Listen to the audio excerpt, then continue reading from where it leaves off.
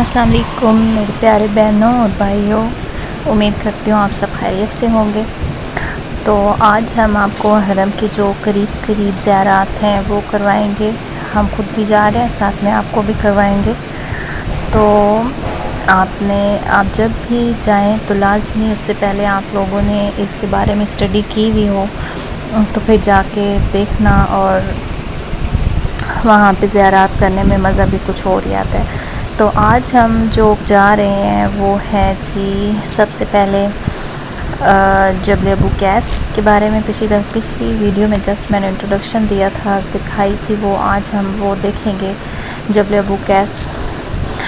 तो जबल अबू कैस के बारे में जितनी मेरे पास इंफॉर्मेशन है वो मैं आपको देती हूँ। तो यहाँ पे हम गज़ा वाली साइड से जा रहे हैं, यहाँ से चलते हुए बिल्कुल स्ट्रेट ही जाना है।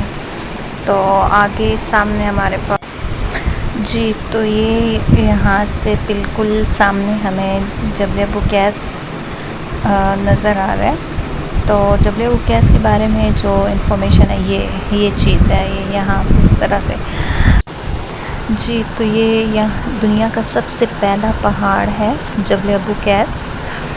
और दूसरा ये है कि यहाँ पे हज़रत नूह अलैहिस्सलाम के दौर में जब सैलाब आया था तो अल्लाह पाक ने फ़रिश्तों को हुक्म दिया था कि जो हुज्र अस्वद है, हम आप सब जानते हैं जैसे कि जन्नत का टुकड़ा।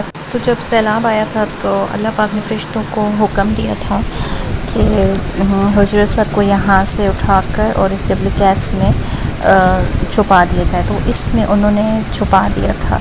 फिर हुआ ये था कि हज़रत आदम अलैहिस्सलाम ने जब दोबारा तामीर किया था खाना काबा, तो उस टाइम फिर फ़रिश्तों के ज़रिए उन्हें पता चला था कि जो हुज्र अस्वद है वो यहाँ पे है, मौजूद है।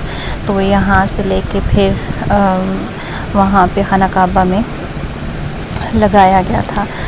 तो तीसरा ये है कि हुज़ूर सल्लल्लाहु अलैहि वसल्लम का मौज़ा भी इसी पहाड़ के ऊपर हुआ था। उन्होंने अल्लाह के हुक्म से चाँद को जब दो टुकड़ों में डिवाइड किया था यहाँ पे। तो मेरे ख़्याल में इस पहाड़ की सबसे बड़ी फ़जीलत ही यही है कि हुज़ूर सल्लल्लाहु अलैहि वसल्लम के यहाँ पे पाँव मुबारक और उनका मौज़ा यहाँ पे हुआ था।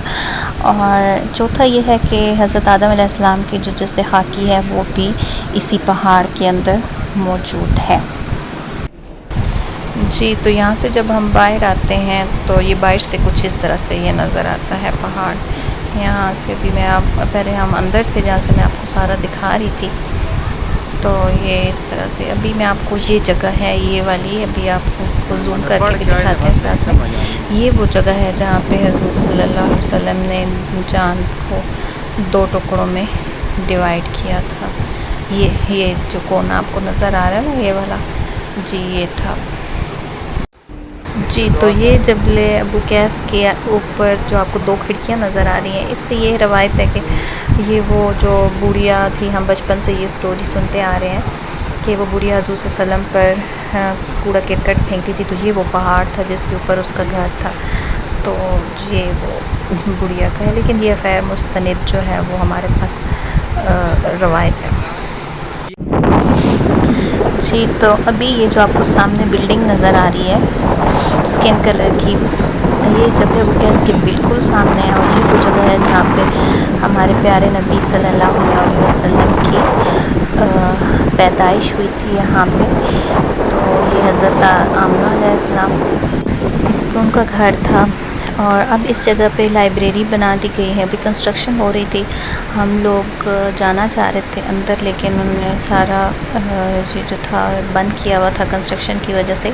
लेकिन बेसिकली ये नीचे घर मौजूद है, नीचे पूरा घर मौजूद है, लेकिन ऊपर इन्होंने लाइब्रेरी बना दी है। तो मेरी दुआ है कि जब आप लोग जाएं तो उस टाइम तक काम सारा कंप्लीट हो जाए और आप लोग इसके अंदर जाएं, तो फिर आपको जो फीलिंग्स आएंगी, हमें तो बाहर से भी ऐसे लग रहा था, लेकिन आप लोग जब जाएं तो इंशाल्लाह आप ज़रूर। ये मकतबा है, तो यहाँ पे इन्होंने लाइब्रेरी बना दी गई है जी। तो ये वो जगह अभी हम जहाँ जा रहे हैं, ये जो आपको बाड़ लगी हुई नज़र आ रही है, जहाँ पे ये कबूतर आपको नज़र आ रहे हैं, ये वो जगह है जहाँ पे हज़रत खदीजा अलैहिस्सलाम का घर था। और इसके नीचे घर पूरा मौजूद है। ये जगह जो है जबल अबू कैस से थोड़ी सी साइड पे हो जाती है, लेकिन अगर सही करके आए ना तो वापसी पे जब हम बैक पे आ रहे होते हैं तो तब ये जगह मिलती है। और यहाँ पे हम लोग सर्च करते रहे थे तो किसी को नहीं पता था, इस जगह से हम कितनी बार गुज़रे लेकिन किसी को ये नहीं पता था कि ये हज़रत खदीजा का घर है। तो यहाँ पे जो टाइल्स है ना वो उन्होंने थोड़ी सी मतलब उल्टी किस्म की लगाई हुई है, तो वो निशानदेही है टाइल्स की, क्योंकि वो थोड़ी सी डिफरेंट है। और फिर बाड़ भी लगी हुई है तो इसलिए फिर यहाँ पे निशानदेही हो जाती है कि ये हज़रत खदीजा का घर है।